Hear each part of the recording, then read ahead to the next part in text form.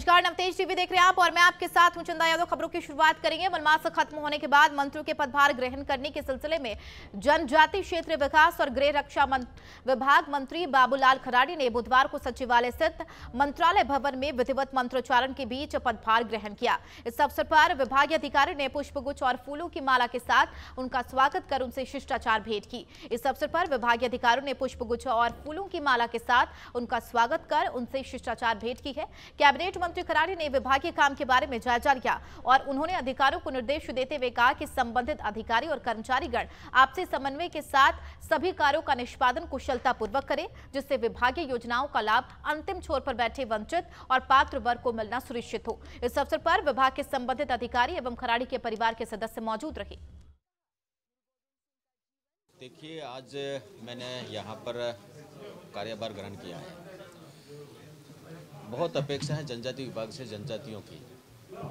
मेरी प्राथमिकता रहेगी कि उनकी जो आवश्यकता है, जो पिछली सरकार ने जो उनको वंचित रखा है, उनके काम अधूरे छोड़े हैं, उन सारे कामों को कोशिश ये करूँगा कि उन कामों को पूरा करके उनकी मदद करने का काम करूँगा। देखिए, अधिकारियों की जो बैठक होनी है वो नहीं हुई, क्योंकि मलमास था, जिसके कारण से मैंने उनके साथ में किसी प्रकार की वार्ता नहीं।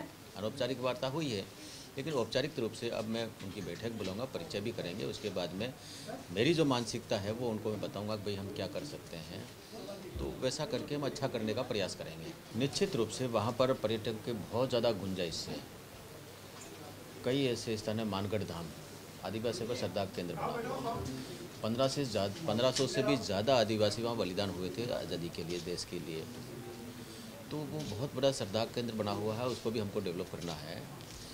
हमारे यहाँ झारोल में भी राणा पूंजा जो महाराणा प्रताप के साथ में इस मेवाड़ की आज़ादी के लिए लड़े थे, तो उनको भी हम वहाँ पर पर्यटक के रूप में विकसित करने की हमारी मंशा है। एक कमलनाथ महादेव जो वहाँ के श्रद्धा का केंद्र बना हुआ है, वहाँ एक हरिद्वार है उन लोगों के लिए, क्योंकि अस्थि विसर्जन वहीं वो लोग करते हैं। तो उसको भी हम पर्यटक में लेकर के और उसको विकसित करके वहाँ के लोगों को रोजगार मिले, ऐसा हम राजस्थान के सबसे बड़े प्रतियोगी परीक्षा आरपीएससी आरएएस मेन एग्जाम की तारीख आगे बढ़ाने की मांग को लेकर छात्रों का धरना जारी है। आंदोलनरत छात्रों ने भूख हड़ताल शुरू कर दी है। भूख हड़ताल के चलते धरने पर बैठे छात्रों की तबियत बिगड़ने लगी। धरने पर बैठे छात्रों की तबियत बिगड़ने पर उन्हें आनन फानन में हॉस्पिटल में एडमिट कराया गया, जहां उनका इलाज जारी है। वहीं छात्रों का कहना है कि अभी तक प्रशासन की ओर से इस ओर कोई ठोस पहल नहीं की गई है। प्रतापगढ़ में शहर के नीमच नाका स्थित रोड के किनारे रखी गए अवैध रूप से गुमटियों को नगर परिषद ने हटाने की कार्रवाई की है। शहरवासियों की मांग पर लंबे समय के बाद अतिक्रमण कर नगर परिषद का पीला पंजा चला है। यह पूरी कार्रवाई पुलिस और नगर पालिका ने संयुक्त तौर पर की है। खबर जयपुर से है, जहां बधियाल कला के नलों में गढ़ डुब्बी के पास बीते दिन अविनाश बैरवा का शव पेट पलट का मिला। घर वालों ने शव को अस्पताल ले जाने से मना कर दिया। वह इस घटना पर सर्व समाज के लोग एसडीएम ऑफिस के बाहर धरना प्रदर्शन करते नजर आए। उनका कहना है कि 24 घंटे बाद भी प्रशासन मूकदर्शक बना बैठा है। एक 12वीं क्लास का छात्र है, उसको मार के और शव को लटका दिया गया पेड़ से, और पेड़ से लटका दिया गया। उसको लेके एसडीएम कोर्ट के बाहर धरना प्रदर्शन चल रहा है और यहाँ मृतक को के उसमें यहाँ धरना दे के बैठे हैं। लोग बाग रो रहे हैं, घर वाले, रिश्तेदार, और ये यहाँ से साइड में होके, रोड पे होके पुलिस प्रशासन की जानकारी में होके शोभा यात्रा निकाली जा रही है डीजे। मकराना के बाईपास रोड स्थित गुरुद्वारे में गुरु गोविंद सिंह की 397वीं जयंती प्रकाश पर्व के रूप में बनाई गई। इस मौके पर गुरुद्वारे में शब्द कीर्तन और गुरबाणी का पाठ हुआ है। इस दौरान गुरुद्वारे में लंगर का आयोजन किया गया, जिसमें श्रद्धालुओं ने प्रसाद ग्रहण किया। बाबा ईश्वर सिंह ने गुरुद्वारे में प्रवचन दिए, जिसमें सभी को नेक बनने, सत्य वचन बोलने, ईमानदारी रखने की सीख दी गई। जी का खालसा वाहिगुरू जी की फतेह। आज श्री गुरु गोविंद सिंह जी का, महाराज जी का जन्मोत्सव, जन्म दिहाड़ा है 358। तो सब मकाना की संगत मिलके, सभी धर्मों के लोग सब मिलके मना रहे हैं। सबको इस अवसर पे सबको लाख लाख बधाई हो। सब संगत का सहयोग से लंगर भंडारे का चल रहा है कार्यक्रम। वाहिगुरू जी का खालसा वाहिगुरू। पूर्व कैबिनेट मंत्री टीकाराम जूली को नेता प्रतिपक्ष बनाया गया है। जूली को नेता प्रतिपक्ष बनाए जाने पर कांग्रेस के कार्यकर्ताओं में खुशी की लहर है। इस मौके पर पार्टी के कार्यालय पर आतिशबाजी कर कार्यकर्ताओं ने खुशी जाहिर की है। लोकसभा चुनाव से पहले कांग्रेस ने नेता प्रतिपक्ष और प्रदेश अध्यक्ष के पद पर फैसला करके अपनी सियासी रणनीति सामने रखती है। पहली बार दलित चेहरे को नेता प्रतिपक्ष बनाकर दलित वोट बैंक को साधने का प्रयास किया है। वहीं 24 के गढ़ को जीतने के लिए कांग्रेस ने बड़ा ट्रम्प कार्ड खेला है। इसी सब पर नवतेज टीवी ने टीकाराम जूली से खास बातचीत की। राजस्थान की राजनीति में एक बार फिर से नेता प्रतिपक्ष का जो पटाक्षेप था वो पूरी तरीके से खत्म हो चुका है। यानी कि अब कांग्रेस में जो है वो प्रतिपक्ष नेता की नाम पर मोहर लग चुकी है और वो नाम है टीकाराम जूली। इस वक्त हमारे साथ जुड़े हुए हैं, सीधी बात करेंगे। भाई साहब, प्रतिपक्ष नेता के रूप में जो है वो बड़े नाम पर मोहर लगी है टीकाराम जूली। भाई साहब, क्या कहेंगे, किस तरीके का, क्या अब आपका जो है वो? धन्यवाद देता हूँ आला कमान को, कांग्रेस नेतृत्व को, प्रदेश के सभी नेताओं को जो मुझे मौका दिया, और इस पे ईमानदारी से मैं खरा उतरूंगा, इस पे काम करूंगा, ये मैं प्रदेश की जनता को विश्वास दिलाता हूँ। टीकाराम जी, भाई साहब, जिस तरीके से लगातार प्रतिपक्ष नेता का एक बहुत बड़ा रोल होता है विधानसभा में, किस तरीके से ये रोल आप अदा करेंगे? ये तो आप देखना, पहले कोई चीज़ कहूँ वो मैं समझता हूँ एक अंदाज़ा है, लेकिन आप विधानसभा पे देखना, कहीं सही नहीं करूँ तो मुझे सजेस्ट भी करना कि मैं सही दिशा में चलूँ। मुख्य रूप से जो प्रदेश की जनता ने सरकार को जिम्मेदारी दी है राज करने के लिए, वो राज जनता के लिए किया जाए, और वो इधर उधर हो तो उसको ध्यान रखे विपक्ष। ये हम लोगों को काम रहेगा। पूरा जो विपक्ष है मजबूत है, एकजुट है, सब लोग मिलके मजबूती के साथ प्रदेश की जनता की, आम आवाम की आवाज़ को हम उठाएंगे। कोरोना काल में टीकाराम जूली का एक अलग चेहरा था, एक अलग रूप था, क्योंकि नेशनल लेवल पर आपने वो काम किए हैं जो अब तक कोई नहीं कर पाया।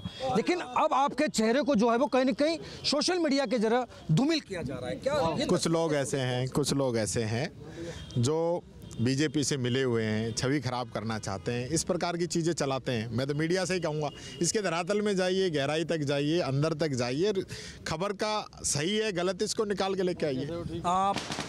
पूर्व मंत्री पीएचडी महेश जोशी के वहाँ लगातार ईडी की कार्रवाई है, 2 बार कार्रवाई हुई है, ये तस्वीर आप कैसे देखते हैं? देखिए, चुनाव से पहले ईडी आती है, विधानसभा चुनाव से पहले भी आई थी, अब भी आई है। ईडी का हमने पहले भी कहा, हम पूरा सहयोग करने के लिए तैयार हैं, बस ईडी सही कार्रवाई करे, गलत है तो गलत, सही है तो सही। अंतिम सवाल करूंगा, 22 तारीख को रामलला विराजित हो रहे हैं, कांग्रेस ने जो है वो न्योता ठुकरा दिया है, तो क्या टीकाराम जूली जाएंगे 22 तारीख को बिना निमंत्रण? मेरे तो नाम में ही राम है, मेरे घर में मंदिर है, अभी आप खुद चल के देख लीजिए, और मेरे गले में हनुमान जी हैं, ये आप देख लीजिए, मैं आपको दिखाई देता हूँ, ये लीजिए, बजरंगबली हमेशा मेरे साथ रहते हैं, ये रहे। और मुझे बीजेपी से सर्टिफिकेट लेने की जरूरत नहीं है। अब से पहले मैं कई ज्योतिर्लिंग कर चुका हूँ, कई जो हमारे धाम है वो कर चुका हूँ। मेरा जो धर्म है उसके लिए मेरे को बीजेपी के सर्टिफिकेट की जरूरत नहीं है।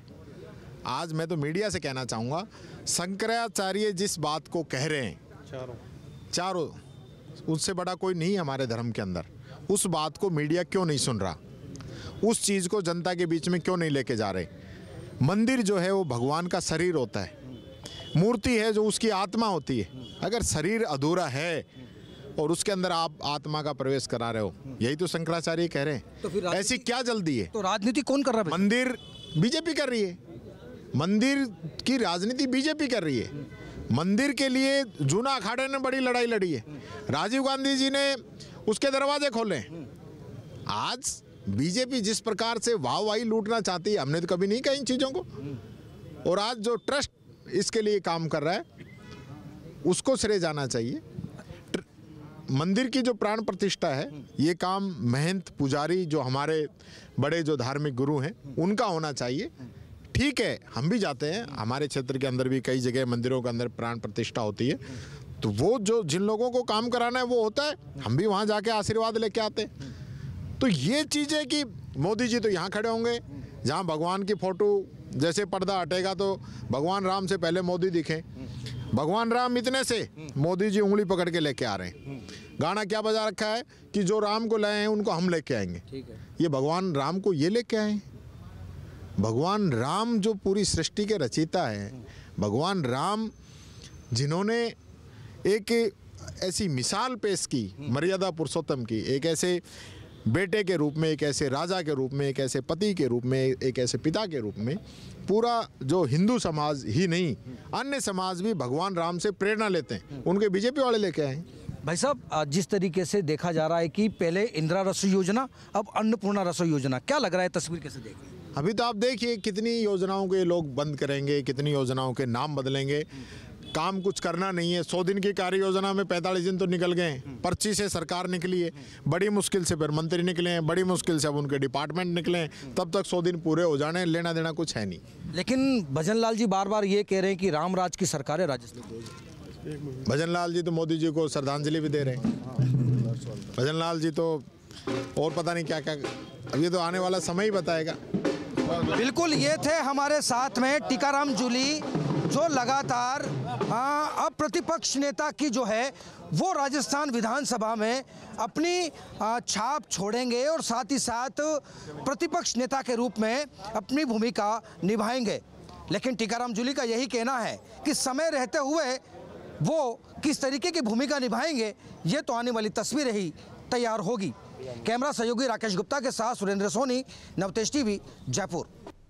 2047 तक भारत को विकसित राष्ट्र बनाने के संकल्प के साथ भारत सरकार के विकसित भारत संकल्प यात्रा बानसूर नगर पालिका पहुंची, जहां राजकीय स्कूल के खेल ग्राउंड में शिविर आयोजित किया गया, जिसमें लोगों को केंद्र सरकार की प्रमुख योजनाओं की जानकारी दी गई। इस दौरान सभी विभागों के अधिकारी और कर्मचारी मौजूद रहे।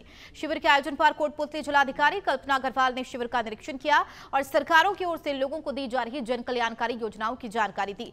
जिलाधिकारी ने सभी विभागों के स्टॉल पर जाकर शिविर की व्यवस्थाओं की जानकारी ली और आवश्यक दिशा निर्देश दिए। दिल्ली से वैन रवाना होकर सभी हर गांव में, हर नगर पालिका में, हर शहर में भेजी जा रही है। तो इसका जो उद्देश्य है वो जरूर, हम कैंप में आए हैं, आप लोग आपने अपना इतना टाइम दिया है, तो इसके साथ साथ यहाँ पे जो भी कैंप में जो काम हो रहे हैं वो जरूर से करा के जाइए, तभी इस कैंप की सही मायने में सफलता हो पाएगी। ये कैंप, आप कैंप के दोनों तरफ देख रहे हैं कि सभी सरकारी विभाग यहाँ पर बैठे हुए हैं, पूरे दिन की इनकी ड्यूटी है, कोई कहीं से आया है, कोई कहीं से आया है। तो इनकी जो ड्यूटी है वो इसलिए लगाई गई है कि आपको आपके घर पर, आपके दरवाजे पर आकर आपको आपका काम किया जा सके, आपको चक्कर नहीं लगाना पड़े, आपको इधर उधर धक्के नहीं खाने पड़े। छोटे छोटे कामों के लिए आम जनता जो है परेशान होती रहती है, या उन्हें मालूम नहीं होता है कि किस योजना में उसको क्या फायदा मिल सकता। राज्य में अवैध खनन के खिलाफ चलाए जा रहे विशेष अभियान के तहत डिडवाना में बड़ी कार्रवाई की गई है। इसके तहत जिले के मकराना, परबतसर, लाडनू सहित अनेक स्थानों पर अवैध खनन करने वालों पर छापेमार कार्रवाई की गई और 5 करोड़ का जुर्माना लगाया गया। साथ ही 2 डंपर, 15 ट्रैक्टर, 2 जेसीबी जब्त की गई है। प्रशासन की इस कार्रवाई से अवैध खनन कर्मियों में हड़कंप का माहौल नजर आया। बताया जा रहा है जिस जगह अवैध खनन हो रहा है उसकी लीज 2022 में ही खत्म हो गई थी, लेकिन इसके बावजूद यहां अवैध खनन किया जा रहा था, जिस पर प्रशासन ने कार्रवाई की है। आज माननीय मुख्यमंत्री महोदय के निर्देशानुसार जो संपूर्ण राजस्थान में अवैध खनन के विरोध में जो अभियान चल रहा है, उसकी पालना में श्रीमान जिला कलेक्टर महोदय के निर्देश में आज डीडवाना ब्लॉक में कार्रवाई की गई थी, जिसमें जानकीपुरा गांव में अवैध खनन संबंधी हमारी संयुक्त टीम थी, जिसमें राजस्व विभाग, पुलिस विभाग और माइनिंग डिपार्टमेंट का एक जॉइंट ऑपरेशन किया गया था। उस ऑपरेशन द्वारा आज कार्रवाई की गई थी और उस कार्रवाई के अभी तक सरफेसली जो नतीजे हैं उसमें ये था कि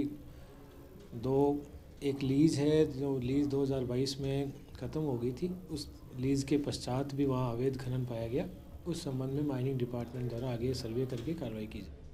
भरतपुर में केंद्र में आरक्षण की मांग को लेकर जाट समाज ने उज्जैन तहसील के गांव जयचौली रेलवे स्टेशन के पास महापड़ाव शुरू कर दिया है। सुबह से ही जाट समाज के लोग जयचौली गांव के सरकारी स्कूल के पास धरने पर बैठे, जिसमें जुड़ने के लिए महापड़ाव स्थल पर आना जारी है। वही मामले की गंभीरता को देखते हुए यहां पुलिस की तैनाती भी की गई है। गाँव में काफी पुलिस की चाक चौबंद व्यवस्था की गई है। आज आंदोलन का पहला दिन है। गांधीवादी तरीके से हम लोगों ने महापड़ाव शुरू किया है।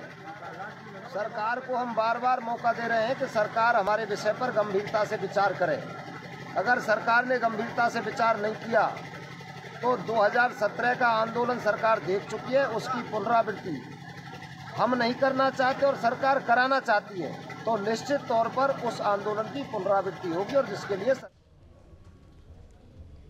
22 जनवरी को अयोध्या में होने वाले श्री राम लला प्राण प्रतिष्ठा महोत्सव के उपलक्ष्य में जयपुर मुख्यालय के स्वामी नारायण मंदिर में मधुर भजन संस्था आयोजित की गई। इस भजन संस्था में राजस्थान के डिप्टी सीएम प्रेमचंद बैरवा, हवा महल विधायक आचार्य बाल मुकुंद, जयपुर ग्रेटर उप महापौर पुनीत कर्नावत सहित कई राम भक्तों ने भजन संध्या में हिस्सा लिया। वहीं उन्होंने 22 तारीख को अयोध्या में होने वाले सबसे बड़े ऐतिहासिक पर्व को लेकर भजन संध्या में आए श्रद्धालुओं को संबोधित किया। रामोत्सव पूरे देश में मनाया जा रहा है और जयपुर जो छोटी काशी है वो तो वैसे ही धार्मिक नगरी है और यहाँ आप देखेंगे हर मंदिर के हर प्रांगण में जगह जगह राम जी अयोध्या पधार रहे हैं और पूरे जयपुर में भी उसका उत्साह और उमंग के साथ स्वागत हो रहा है। आज मैं यहाँ इतने बड़े प्रांगण के अंदर खड़ा हूँ, भजन संध्या यहाँ पर हो रही है और इस मंदिर की अपनी एक महत्ता है, यहाँ के प्रति लोगों का ज़बरदस्त आकर्षण है, बड़ी संख्या में लोग यहाँ पर आ रहे हैं। राम जी के आने का भारत के आम आवाम पर, भारत के जनमानस पर बहुत बड़ा सकारात्मक परिवर्तन। खबर जयपुर से है, जहां पीसीसी चीफ गोविंद सिंह डोटासरा का बड़ा बयान सामने आया है, जहां उन्होंने बीजेपी से जनता के सामने अपना 45 दिन का रिपोर्ट कार्ड पेश करने को बोला है। उन्होंने कहा यह पर्ची की सरकार पुरानी सरकार की योजनाओं को बंद कर रही है। चिकित्सा मंत्री कहते हैं कि कांग्रेस की चिरंजीवी योजना के तहत इलाज नहीं हुआ, लेकिन मैं इनको बताना चाहता हूं कि इस योजना से लाखों लोगों ने इलाज कराया है। हम सब लोग हमारे जो उत्तरदायित्व हमको दिया गया है उसके ऊपर खरा उतरेंगे, चर्चा करेंगे लोगों से, कार्यकर्ताओं के साथ मिलकर के जनता की सेवा करेंगे, कांग्रेस पार्टी को मजबूत करेंगे और विधानसभा और सड़क और सदन दोनों जगह पर जनता के मुद्दों को लेकर के हम लोग पूरी एकजुटता के साथ में काम करेंगे। हमने सरकार से ये पूछा क्योंकि सरकार ने जो पर्ची सरकार है और खुद अब तो घनश्याम तिवारी जी ने सदन से ये कह दिया, जो राज्यसभा के मेंबर हैं, कि ये पर्ची से बनी हुई सरकार है और उन्हीं के नेताओं की चेहरे की हवाइयाँ उड़ाने का उस पर्ची ने काम किया है। तो अब हमें सर्टिफिकेट मिल गया है कि ये पर्ची सरकार है, दिल्ली से जो पर्ची आई उसके आधार पर सरकार बनी है, तो इसलिए कोई काम नहीं किया। युवा मित्र हैं उनको निकाल दिया, धीरे धीरे चिरंजीवी योजना के लिए स्वास्थ्य मंत्री जी ने क्या बयान दिया कि इससे फर्जी कोई योजना नहीं हो सकती। 5 लाख और 8 लाख की बात कर रहे हैं, हम तो 25 लाख की, वो कह रहे हैं किसी को नहीं मिला। मैं एक नहीं 50 केस मेरे संज्ञान में हैं, वो मेरे सामने बैठ जाएं, मीडिया के सामने बैठ जाएं, मैं बता सकता हूं कि 8 लाख से ऊपर इतने इन लोगों को लाभ मिला।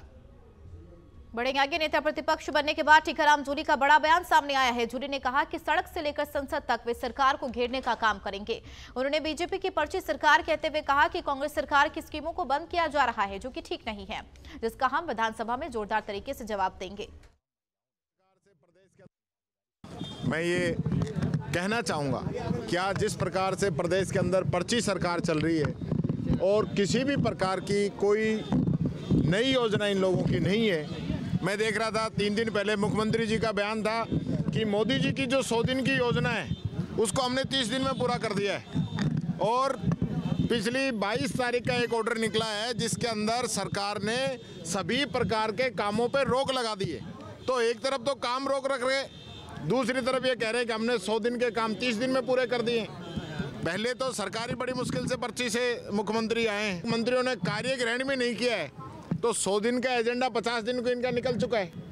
मुख्य बात यह है कि ये लोग जो जनता से वादे करके आए हैं और कांग्रेस की जो जन कल्याणकारी योजनाएं चल रही हैं उनके साथ ये जो छेड़छाड़ करेंगे, भेदभाव करेंगे और करना शुरू कर दिया है। आज चिरंजीवी बंद कर दिए, रोक लगा दी, अघोषित रोक लगा दी चिरंजीवी पे। आयुष्मान से इलाज करेंगे, कितने लोग आ रहे हैं आयुष्मान के अंदर, कितनी कैटेगरी उसके अंदर आ रही है, कितने हॉस्पिटल। इंदिरा रसोई का नाम बदल के अन्नपूर्णा रसोई कर रहे हैं, उसकी जो बजट है उसको 50% इन लोगों ने कम कर दिया है। राजीव गांधी युवा मित्रों को हटा दिया है, महात्मा गांधी प्रेरकों की भर्ती बंद कर दी है, बिजली किसान को रात के अंदर दे रहे हैं। आप 40 साल पुराने पता नहीं कहाँ से पैसे जोड़ के किसानों को दे रहे हो। ये किसानों के साथ, प्रदेश की जनता के साथ, विशेष रूप से युवाओं के साथ ये लोग अन्याय कर रहे हैं। मैं ये कहना चाहूँगा, एक मजबूत विपक्ष कांग्रेस पार्टी के हमारे 70 विधायक हैं, हमारी साथी जो पार्टियां हैं। राजस्थान में लोकसभा की 25 सीटों को जीतने की रणनीति से पीसीसी मुख्यालय पर स्क्रीनिंग कमेटी की ओर से राजस्थान प्रदेश के सभी संभाग और जिला मुख्यालय से कांग्रेस के वरिष्ठ पदाधिकारी पीसीसी मुख्यालय पहुंचे और 2024 को लेकर मंथन किया। वहीं नवतेज टीवी के संवाददाता सुरेंद्र सोनी ने उदयपुर संभाग के पूर्व सांसद रघुवीर मीणा से खास बातचीत की। 2024 के गढ़ को जीतने के लिए अब राजस्थान कांग्रेस पूरी तरीके से मजबूत स्थिति में आ गई है। उसी को लेकर के आज पीसीसी मुख्यालय पर जो है वो राजस्थान के तमाम बड़े आला अधिकारी, पीसीसी के पूर्व सदस्य हैं वो भी हैं, साथ ही साथ मंत्री विधायक, आज उनका बड़ा जमघट जो है वो पीसीसी कार्यालय पर लगा हुआ है। हमारे साथ इस वक्त उदयपुर संभाग के कद्दावर नेता रघुवीर सिंह मीणा हमारे साथ मौजूद है, उनसे बात करेंगे। भाई साहब, 2024 क्योंकि 2023 का विधानसभा चुनाव तो हमारा हाथ से सत्ता फिसल गई, लेकिन अब 2024 में किस तरीके की रणनीति? देखो, देश की जनता देख भी रही है कि इस देश में किस तरह से क्या माहौल है, पर फिर भी लोकतंत्र में जो भी जनता फैसला करती है वो सबको मानना पड़ता है। अभी आने वाले समय में पार्लियामेंट के इलेक्शन होने हैं और भारतीय जनता पार्टी जिस तरह से धर्म के नाम से चुनाव लड़ना चाह रही है, कांग्रेस भी अपना जो मूल सिद्धांत है सबको साथ में लेकर चलने का, उसके आधार पे और विकास के आधार पे चुनाव लड़ेगी। फैसला जनता को करना है। हम आशावान हैं कि लगातार राजस्थान से 25 के 25 एमपी भारतीय जनता पार्टी की झोली में दे रहे हैं। उसके उपरांत भी बहुत सारी समस्या जहाँ हैं वहीं खड़ी हैं, तो अब आने वाले समय में जनता को फैसला करना है और हम आशावान हैं निश्चित तौर पे जनता कांग्रेस के पक्ष में फैसला करेगी। अच्छा, 2024 को लेकर के जो मंथन हो रहा है, जिस पर हम मंथन कह सकते हैं, तो रघुवीर जी क्या लग रहा है कि उदयपुर से संभाग से या बांसवाड़ा संभाग से इस बार कितनी सीटें, क्योंकि बड़ी जिम्मेदारी आपके कंधों पर रहेगी? देखो, 2 लोकसभा सीट है, बांसवाड़ा डूंगरपुर और उदयपुर, 2 आदिवासी क्षेत्र की सीटें हैं। निश्चित तौर पे अभी हम पिछले विधानसभा के चुनावों को देखें तो बाप पार्टी और कांग्रेस के बीच में जो डिवीज़न हुआ है वोटों का, वो अगर जोड़ते हैं तो निश्चित तौर पे भारतीय जनता पार्टी से कहीं अधिक वोट का समीकरण है। तो आने वाले समय में क्या होगा वो अलग बात है, परंतु निश्चित तौर पे अच्छा रिजल्ट रहेगा ऐसा मानते हैं। बिल्कुल, ये थे हमारे साथ में रघुवीर सिंह मीणा, जो कि उदयपुर संभाग के आदिवासी अंचल से एक कद्दावर नेता माने जाते हैं। कैमरा सहयोगी राकेश गुप्ता के साथ सुरेंद्र सोनी, नवतेज टीवी, जयपुर। बुलेटिन में फिलहाल मेरे साथ इतना ही। बाकी और भी खबरों के लिए बने रहिए नवतेज टीवी के साथ। नमस्कार।